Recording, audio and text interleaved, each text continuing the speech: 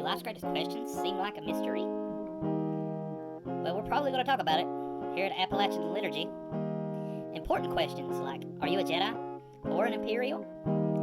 Is oatmeal actually a breakfast cereal? Is a Catholic weekday really called a ferial? Did you know that Mr. Rogers was Presbyterial? So join us as we have a little fun talking about thy kingdom come. Appalachian Liturgy. Okay, welcome to the Appalachian Liturgy podcast. I am Justin Stacy. I'm the Reverend Brooke Atchley. And I'm Dustin Keith. Today we have Dustin Keith. Justin Bolling is once again on vacation. He took a 2-week vacation. Lucky duck. So he is in Florida. He should be back end of this week. So he will be joining us for the next podcast. But today we have Dustin Keith to replace him. So welcome, Dustin. Thank you.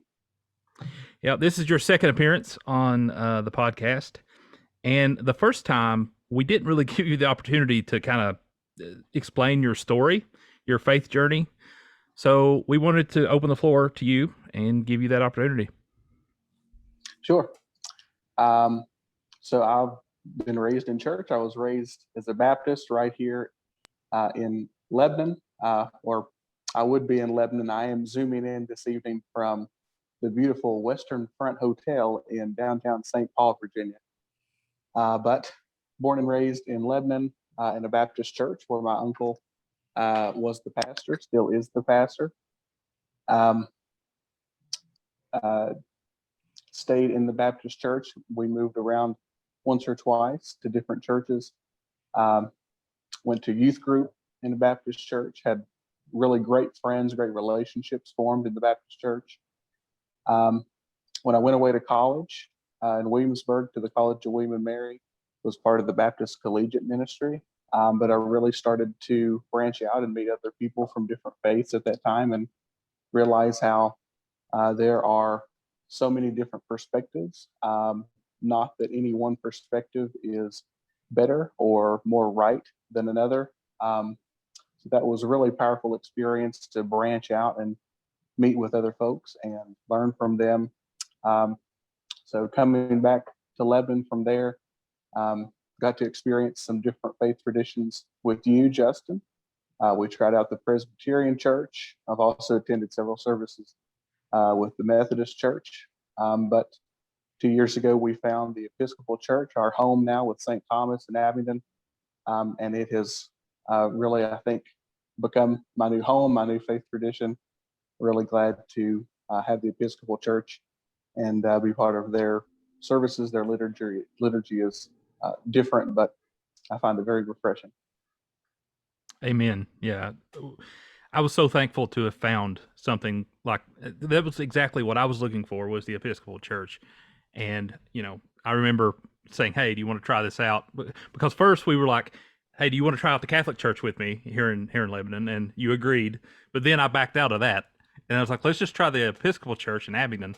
And we've stayed there ever since. And it should be soon that you and I will be confirmed, hopefully. I haven't heard any indication as to when the bishop will be coming by to do that, but we have went through the course last year, and we should be in line to be confirmed. So definitely looking forward to that. That's exciting.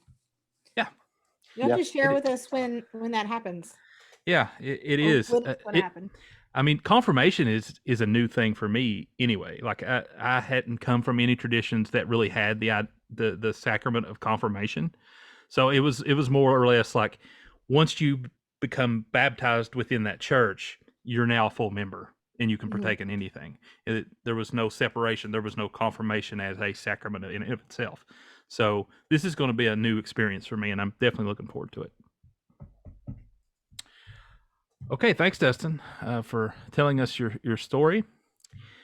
So today you came up with the topic, and this topic you suggested last year that you thought we should run through, and that is prayer in school, specifically with the idea of separation of church and state, but the emphasis on prayer in school.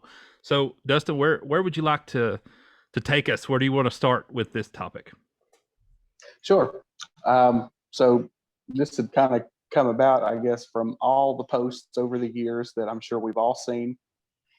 Various people who, make the comment, "Oh, we need to put prayer back in schools. The country is going down the tubes, and it's all because we don't have prayer in schools anymore."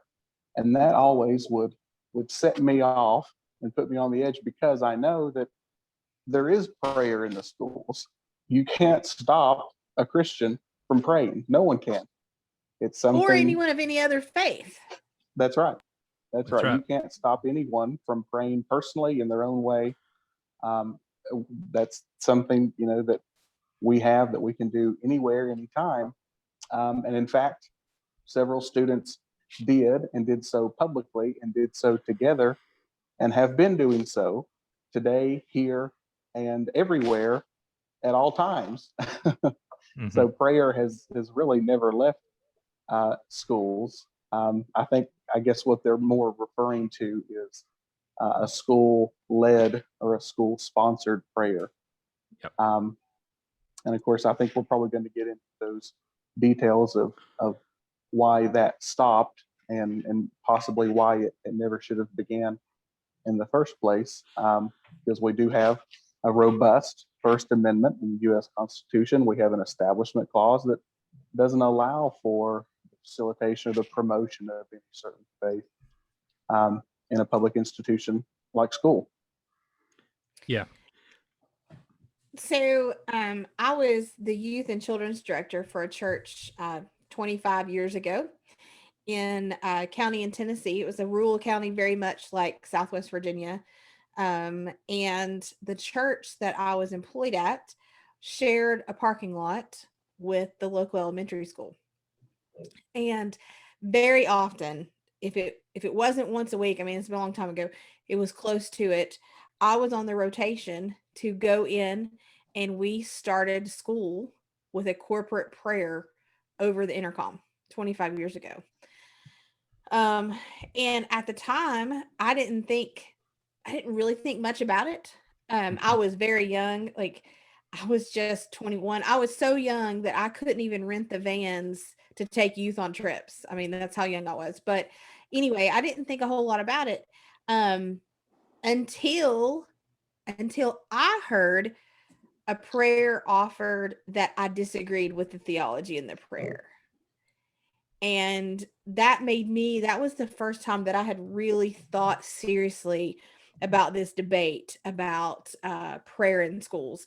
Mm-hmm. It was around then, but it was in the cities, and as country folk, man, that wasn't going to affect us, but that was the first time that I really stopped to really think about what it really meant to say that you wanted prayer in school or not wanted prayer in school. Yeah. So in my school, I can't remember, like in elementary, middle school, we actually did have a moment of silence. And I'm actually not opposed to a moment of silence. Like, I think that it is respectful to all religions and non-religions. So I'm actually not opposed to that. I'm opposed to the mandating of it, but I'm not opposed to it being done as sort of just a reflection. I think that, and we did have that in middle school. And I never thought anything of it other than this is just the way it is. And I don't think, again, I wasn't religious at the time, so I just used it as a 10-second, close my eyes, rest my eyes thing. So that was what I was familiar with. In high school, we didn't, there was no school-led prayers. There was a student Bible club. And I was the vice president at that time because I had become a Christian by that point. So, but it was student led. Like, I don't recall any teachers really being involved in that. So I just find it interesting that there is such a blowback of people that's protesting, oh, they're taking prayer out of school, and all this stuff. When, at least from my experience, it wasn't there. Like, we didn't really have the corporate prayer. Right. So when I was in elementary school, which was a lot longer before you all were in elementary school. Yeah. We still had women, and it was all women, come in and teach Bible stories using their flannel boards. Mm. Like, I can distinctly, y'all know what, do you know what a flannel board is? No. No. Oh my gosh, Dustin, you're making me feel ancient. So a flannel board was like a portable bulletin board, and they had pictures, so they had flannel on the back, and they would actually stick to the cloth board, and so you could move them around. I've seen, yeah, I remember those. So, Yeah. but I can remember that to this day. I mean, we had Bible story time in early elementary school. So Mhm. I think it's even more than just prayer. And I've heard of stories in Russell County of where pastors came in every Friday and led the whole school in a time of singing, and and it was always church hymns, because frankly it's probably all that anybody knew. But I mean, I've heard it from some of our old timers about real preaching that took Mhm. place.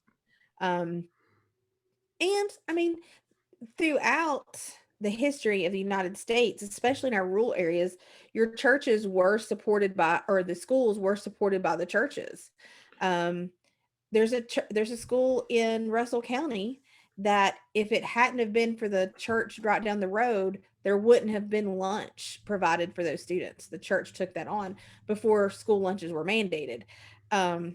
So Yeah, I think that's a good point. It's important to note that the church actually used to be the main driver of education before, modern America, before especially Methodist. Just saying.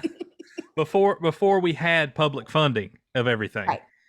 The church was a main driver, and even post public education, the churches, the church house in general, was a courthouse, a church, and a school, because they're So using Sunday the church school, building. right? Sunday school, which we now look at as just the hour before worship on Sundays for some religious instruction, came about in the Methodist movement because people couldn't read, and it Mhm. was where people were taught to read. It was Sunday school, like school. So, Yeah. but we digress a bit. I mean, but I do think it's important to understand that the Christian church has played a huge Yes. role in furthering education for not just the rich, but for all. Yeah, and so I think that the big difference here is, I would say the founding vision with the separation of church and state, and that came from one of Jefferson's letters. So it wasn't a Constitution thing; it was a letter of Jefferson, and then the Supreme Court has basically interpreted that to be part of the First Amendment. And now, now it's Constitution. It's tied together. So that's important to note. But in the beginnings of America, you were by and large a Christian nation. Even though I have said many times this was not a founding of a Christian nation. It was a nation of people who identified as Christians. So you have a lot of people, the majority of people, who agree on at least that part of the culture. So you're not going to have as much back and forth or issues with integrating church and state, even if it was a founding principle. You're not going to have as much. You're going to be able to interlap those things without a lot of people getting mad about it, essentially, because you did have primarily a Christian culture. Whereas now you go to the 21st century, you don't have that anymore. And America was always meant to be a melting pot for different cultures, different religions, different cultures. It just took us a very long time to get to that point. But now, I believe we are becoming what America was founded to be. We're the freedom for all cultures to come here and have the equality and the freedom and the liberty. We're getting to that point. It's just now, how those interact with each other when you have one who has been privileged up until now versus the others who has always been in the minority and has had to just take it, right? And I think that's where we are as a society. Christianity has been privileged because it was the dominating part of American culture, and now we are to the point where there is enough non-Christians who are speaking up and saying we need to be represented, and we need to have that same fairness and equality that you've had all along. And this is what happens, and we do, we have the framework of separation of church and state to protect those groups, but that means that the privilege that Christianity has had in the mainstream culture is going to take a back seat. Thoughts? I don't disagree with you, I think, on that. What I always try to wrap my mind around is why people feel like they're being oppressed or somehow mistreated if we don't have a public corporate prayer. And the reason I'll say this is, you want to know the quietest way to get a group of people to be quiet? The fastest way is to ask somebody to pray out loud. Mm-hmm. Nobody wants to do that. Very few people feel comfortable praying in public. One, prayer is a very intimate act, right? Yeah. Like, prayer should be a very intimate act. I have found that most public prayers are just disguised preaching. It's trying to make a point without preaching at people, but it's really just that. So I've always wondered why people feel oppressed because somebody isn't leading them in a prayer. Mm-hmm. Yeah. And let's make a case for student-led, student-initiated. When the Supreme Court cases were rolled through about this topic, the court ruled that students were not agents of the state. So therefore, if prayer was initiated and led by students, there was no constitutionality issues. But consider that versus the alternative. If you had a corporate led prayer over the intercom at school in 2021. Aaron's making a cameo. Hey, Aaron. Hey, Aaron. You think of the impact that a daily corporate prayer, something that's recited, like the Regent's Prayer in New York years ago, it was the same prayer every day. Kids probably glossed over, got through it, went on through their day. It didn't give it another thought. But student-led prayer, where you challenge students to, rotate prayer, to, like you said, Brooke, give a spoken prayer that was individual, that catered to the needs of the students that day, the needs that were presented to the group, standing in a circle around the flagpole, sharing the concerns and the needs of your heart. If your relative was sick, if you were struggling in a class, making those things known to your peers, reaching out for help. It challenged us as students tremendously, and we grew in our friendships, we grew in our relationships, and we grew in our faith because of that. When we founded the Lebanon High School Morning Prayer Group in 2011, our youth group at church with Cedar Point Baptist had decided that this is something we wanted to take on. So we got together, we went out. There's the prominent principal of the high school at the time. He liked to hang out in the loading dock and smoke cigarettes. So we tried to get an audience with the principal to say, hey, this is something we want to do. Will this be a problem? So we go out to the loading dock, he's smoking his cigarettes, and we go, Principal, we are going to start a morning prayer group. Do you have any problems with that? And he takes a big drag off his cigarette, and he goes, I don't have a problem with that, kids, but now I tell you, if you start a prayer group, that's going to let anyone else, any other faith, they can start a prayer group of their own.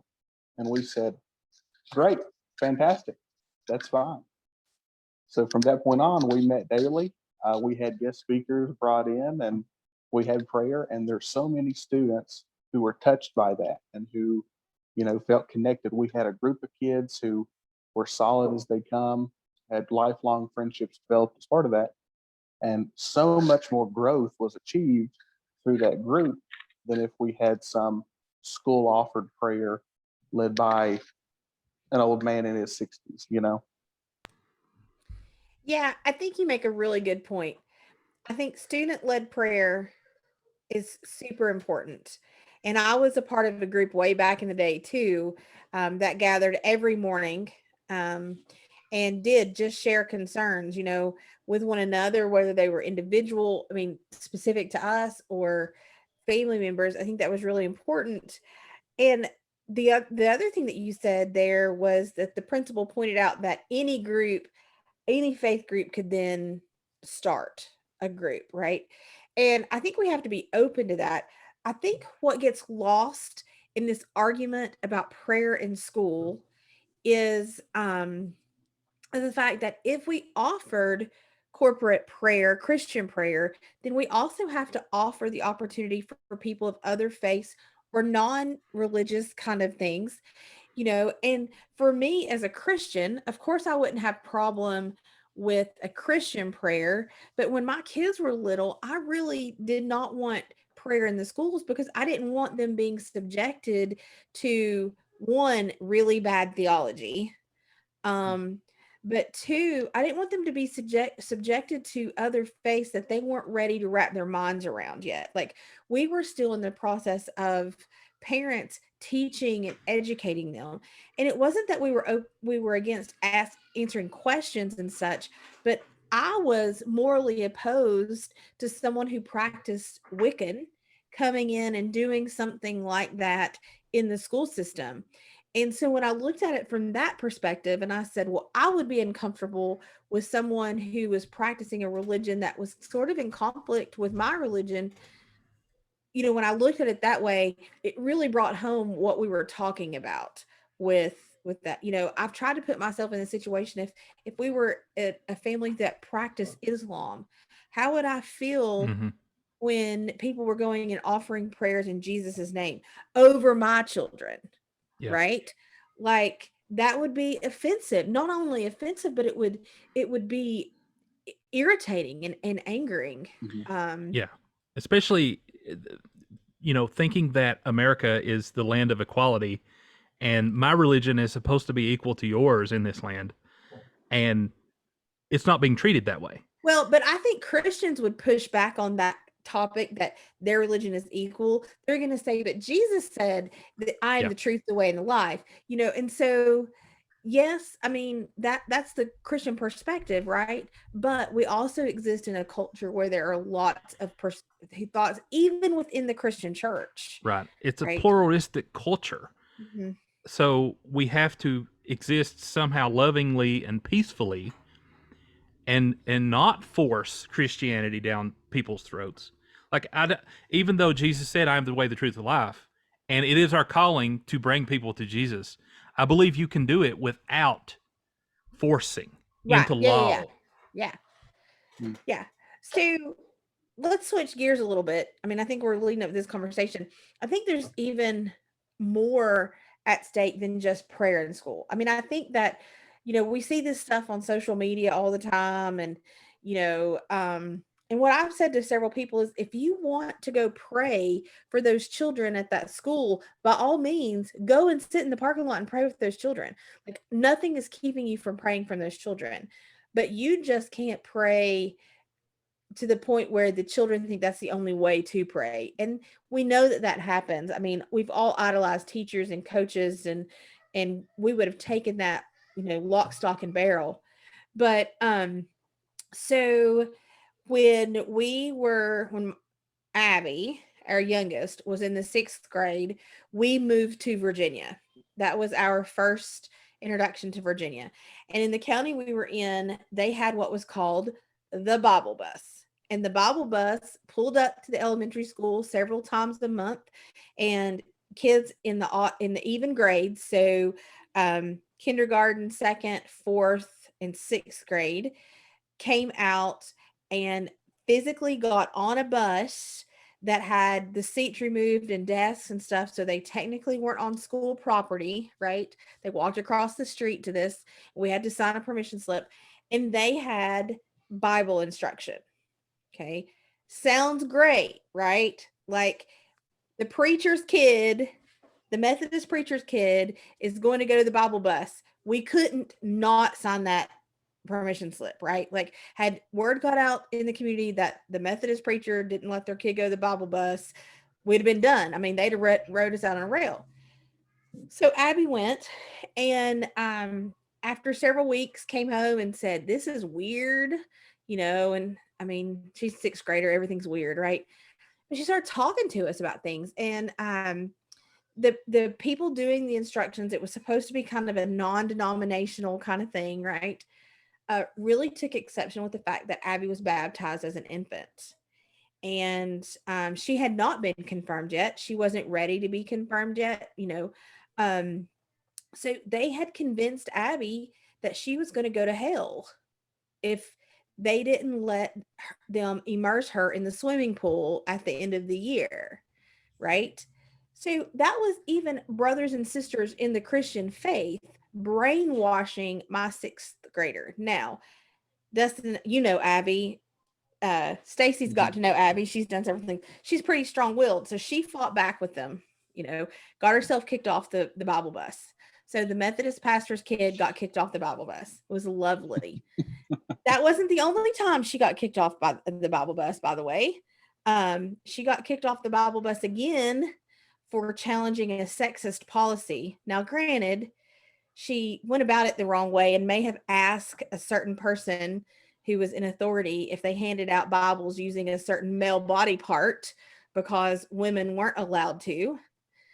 Yes, it was great. So we got called in again to the principal's office. I mean, she wasn't wrong, but maybe just wrong in the way she did it. But you can see the problem here. I mean, they weren't just educating and letting kids make up their own minds. They were indoctrinating these kids. And I get, I so try to understand where people are coming from when they're doing this stuff.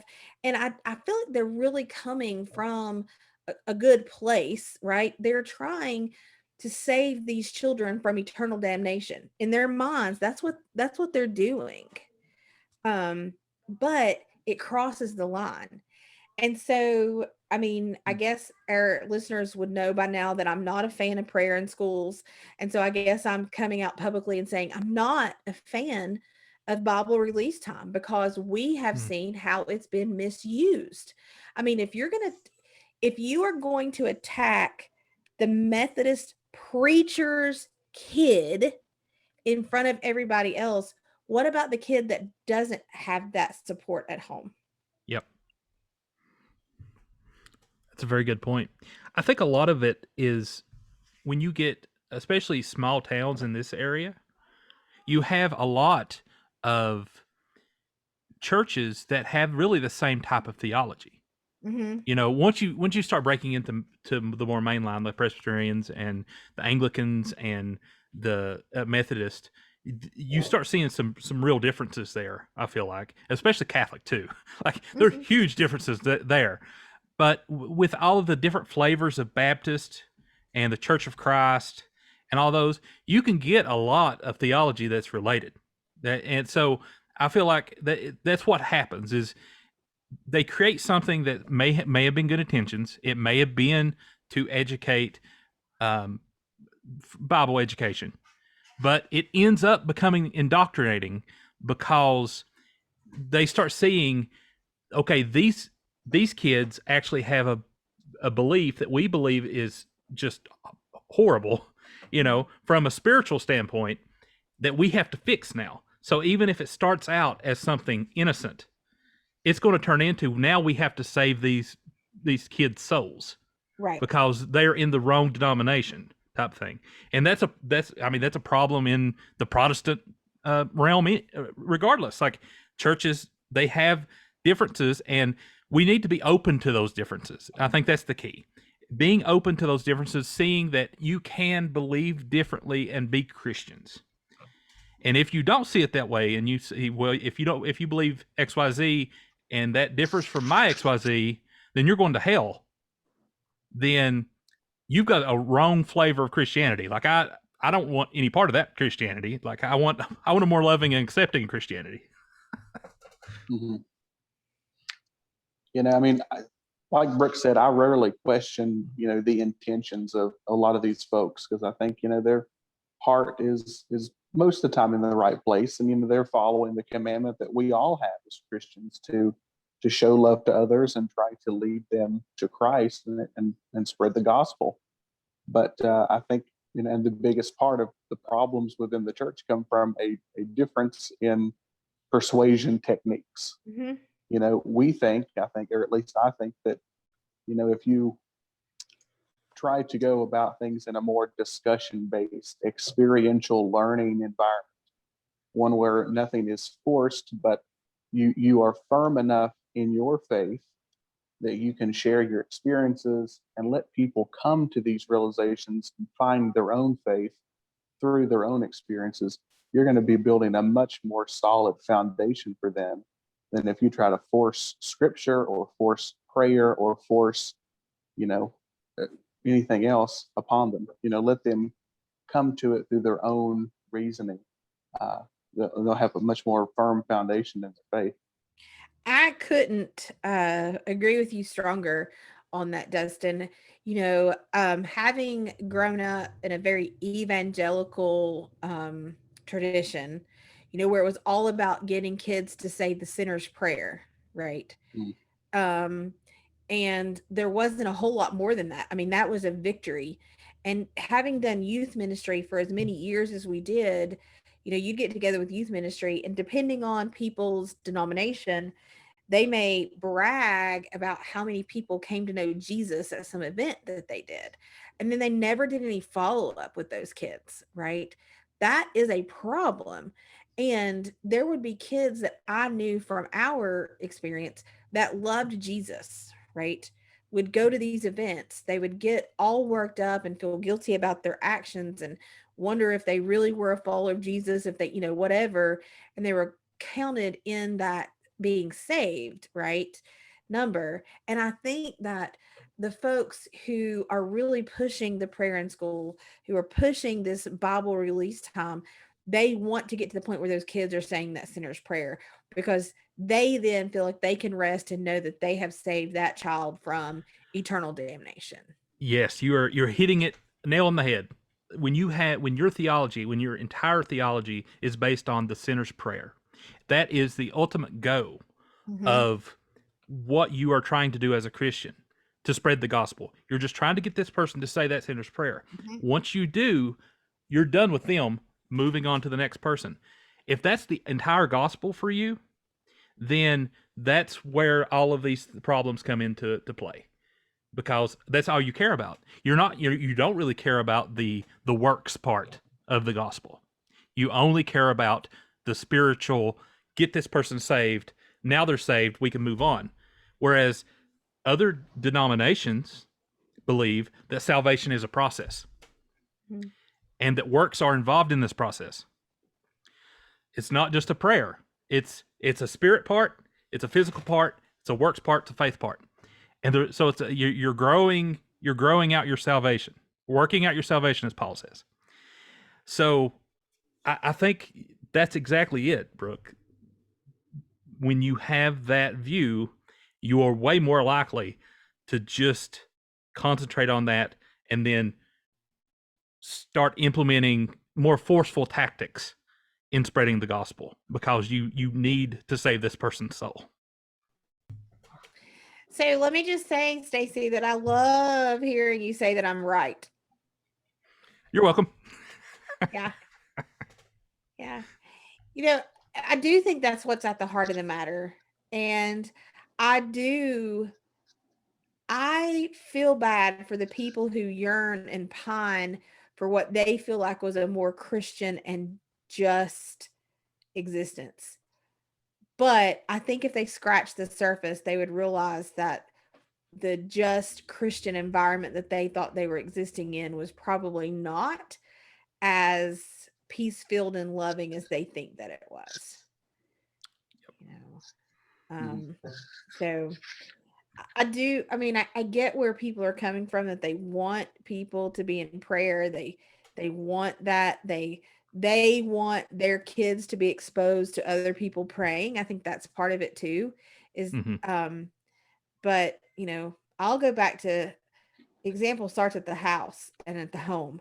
And if you're not praying at home with your children, and I will say more than just grace at dinner, although Stacy, you know how I feel about grace at dinner or at any meal. Dustin, it's a vital part of my prayer life, reminding me that God is the one in control and not me. That's the short of that one. Okay. If you're just screaming that other people need to be leading your child in prayer, we have a problem. And so I often want to ask the people who are really pushing that, so what does your prayer life look like? How are you leading by example to the children in your life? Yeah. And that's going to be much more impactful on that child than somebody coming over the intercom and saying, okay, kids, let's bow your heads. And, little Johnny's flipping Sally Sue with rubber bands during the prayer. Right. Yeah, I think that's a big part of it. And I really think that a lot of people, especially politicians, they really just use this as a way to divide. They only care about it when, you hear about a court case where, one religious group, specifically Christianity, has overstepped their bounds in school. So now someone's suing the school, and then, a media outlet, probably Fox News, has picked it up and is telling everyone, hey, look at, they're persecuting Christians. And that's when people really get riled up and they really care about it. So it's not when. Let me play devil's advocate a bit with this. So in a former life, I taught abstinence-based sexual education in school systems. Brooke. I know, right? So I've had some very interesting conversations with kids through the years. But because I was under a federal grant doing this, I could not even wear a cross around my neck. I felt that was taking it a little too far. And that was not allowing me to express who I was. So, and it was great abstinence-based sexual education, by the way, for younger grades. So just let me say that I was not opposed to having birth control conversations. That's a little better. Yeah, it was actually a really, really great program, and supported moms, young moms, and all kinds of stuff. But that was taking it a little too far to tell me and other instructors in the schools that I couldn't have a Bible verse on my planner, or I had to go in and be completely neutral when it came to religion. Even myself, like if I was asked a question, I couldn't even answer that question. So that's taking it a little far as I'm concerned. To play devil's advocate to your devil's advocate, what's the difference between wearing a Bible verse on your shirt publicly and praying publicly as a teacher? Self-expression. And the big thing was the cross. Like I had a cross necklace, and I'm talking, the cross necklace was like this big, and it was a necklace that I wore all the time, and I was not allowed to wear that. Yeah, the cross necklace, it does seem a bit far to me. The Bible verse thing on your shirt, I almost equate it to a public prayer, right? The cross thing. If I had a desk and I had a Bible verse printed on my personal desk. Yeah. It's like you are endorsing, you are encouraging your Christianity as a state or federal funded person. So that's where the issue comes in. What's your thoughts on that, Dustin? Do you think a cross is too far, or it falls within the realm?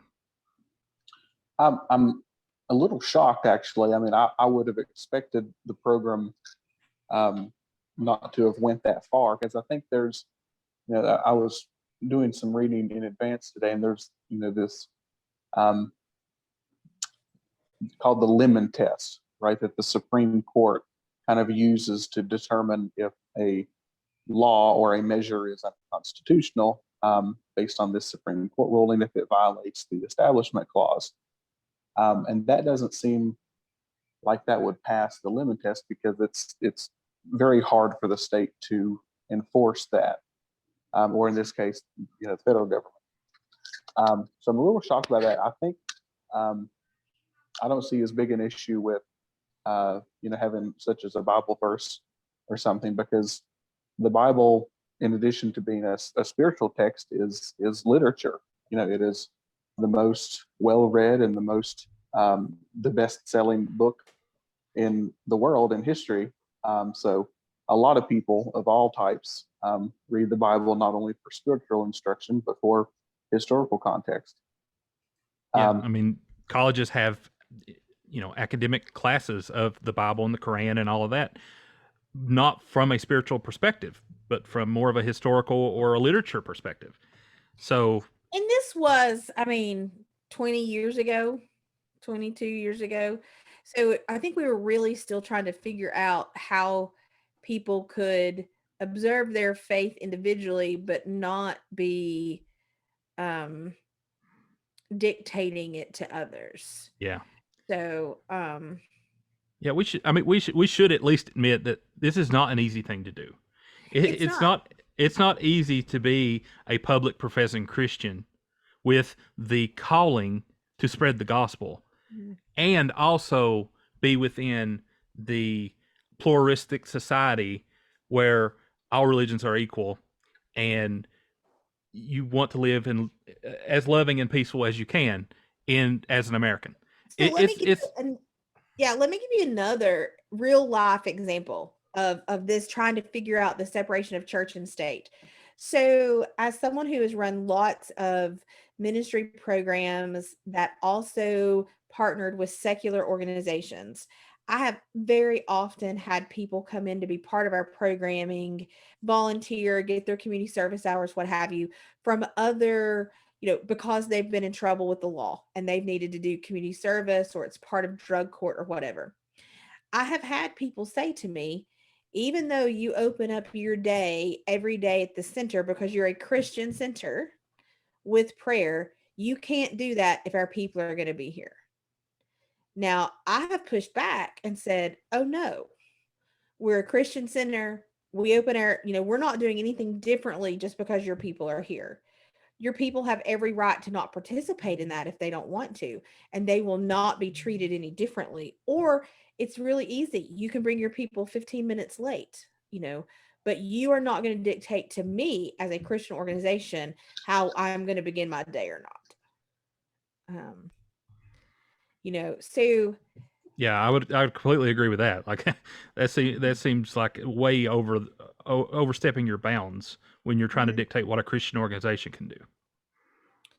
Yeah. So I mean, and the other aspect to this is, there are private schools, private Christian schools, and they can do whatever they want. Like the issue is when you have the public, state, federal funding of schools. Now, we're more falling in line of the Constitution. And I think, Justin, I'd like to maybe reframe what you said a couple of times, that the Constitution, or that American ideals assert that religions are equal. I think more accurately, it's that individuals are equal. Individuals have an equal right to profess and follow the faith of their choosing. And that's why I don't support an organized prayer or a state mandated prayer, because, like Brooke said, there is an opportunity for promotion of possibly bad theology. But also, as a Christian and as an American, I respect the rights of others, rights that are equal, no lesser and no greater than my own. to practice the faith of their choosing, as long as it is safe to others and it doesn't infringe on anyone else's rights. Right. Yeah, I truly believe that was the vision of the founding. Obviously, I wasn't there at the time, so I can't say that definitely. But thinking of where the founders came from, and it was, they would have came from a background of religious persecution in Europe. That's what all the settlers came from, right? So you're not going to want to come to America and promote those type of things as well. You want an individual to be able to flourish and worship in the way they see fit to the God they see fit. And we're just seeing the fruits of that. Well, and I think it's a slippery slope. Once you get a government putting pressure for people to worship a certain way or worship a certain entity or whatever, you start eroding that which makes religion, right? And religion is about choice. I mean, we choose whether to follow Jesus or not. We choose that not once with the sinner's prayer. We choose that multiple times throughout our day and life, on the decisions we make, the way we treat people. And when that is mandated to us, it robs us of the joy of following Jesus because we want to. I mean, we want to be more like Jesus, which is what discipleship is about. So it's dangerous to say this country would be so much better if Christianity was just the official religion. It takes the teeth out of Christianity when we do that. Yeah, Christianity has always been, well, it's not always been, but it flourishes when it's a bottom-up religion.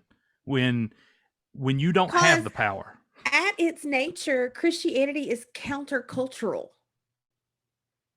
It is countercultural because it's not about me, it's about you. Right. It's not about what I want. It's about what's best for all of us. It's where God is calling us to be. And when we have somebody mandating that for us, it ruins that. Yeah, Jesus didn't come to overthrow Rome and take over the power of Rome. He came to be a self-sacrifice for everyone. And we got to think of that. Like, we shouldn't be longing to take over the power structures. We should be willing to be that self-sacrifice. We should be willing to pick up our cross. And if we have to be persecuted, we should be willing to do that. Because Jesus did it, the disciples did it, early church history, that's what happened. And that's when the church flourishes. Well, and telling somebody they can't come in and lead a prayer over the intercom every morning is not persecution. Absolutely not. Absolutely. I mean, 100%. It doesn't even fit the definition of persecution at all, except towards the people who don't practice your flavor of Christianity. Yep. As I said in the beginning, it's the taking away of a privilege that we had. And that's it. That's the way you should see it. And to close, I've got a Bible verse that I thought would be perfect for this. So in closing, I'm going to speak the words of Jesus. It's from Matthew 6, 5-8. When you pray, do not be like the hypocrites, for they love to pray, standing in the synagogues and on the street corners to be seen by men. But when you pray, go into the room, close the door, pray to your Father who is unseen. I mean, if we just follow those words, then why would we ever have this debate? Why would we ever need this discussion, right? These are the words of Jesus. Let's just take him at his word. How about that? Just follow Jesus. Just follow Jesus. How about that? All right. This was a really, really good discussion. Dustin, I thank you so much for wanting this. And I thank you so much for being on. It's always great to get to talk to you. And of course, we go to church together when I'm not oversleeping, and which we've talked about. But I will be going to church this Sunday, so pencil me in, Dustin. Sure. It's good to be here. Thank y'all for having me, and I hope to set and also maintained the record for most guest appearances on Appalachian Liturgy. All right. Well, you are at 2, and Nate is at 2. So you all might have to fight over it or something. Or you know what? We probably need to have you both on. that would be a good time. I think I can take him. All right. This was good stuff. So peace be to you, and have a good night.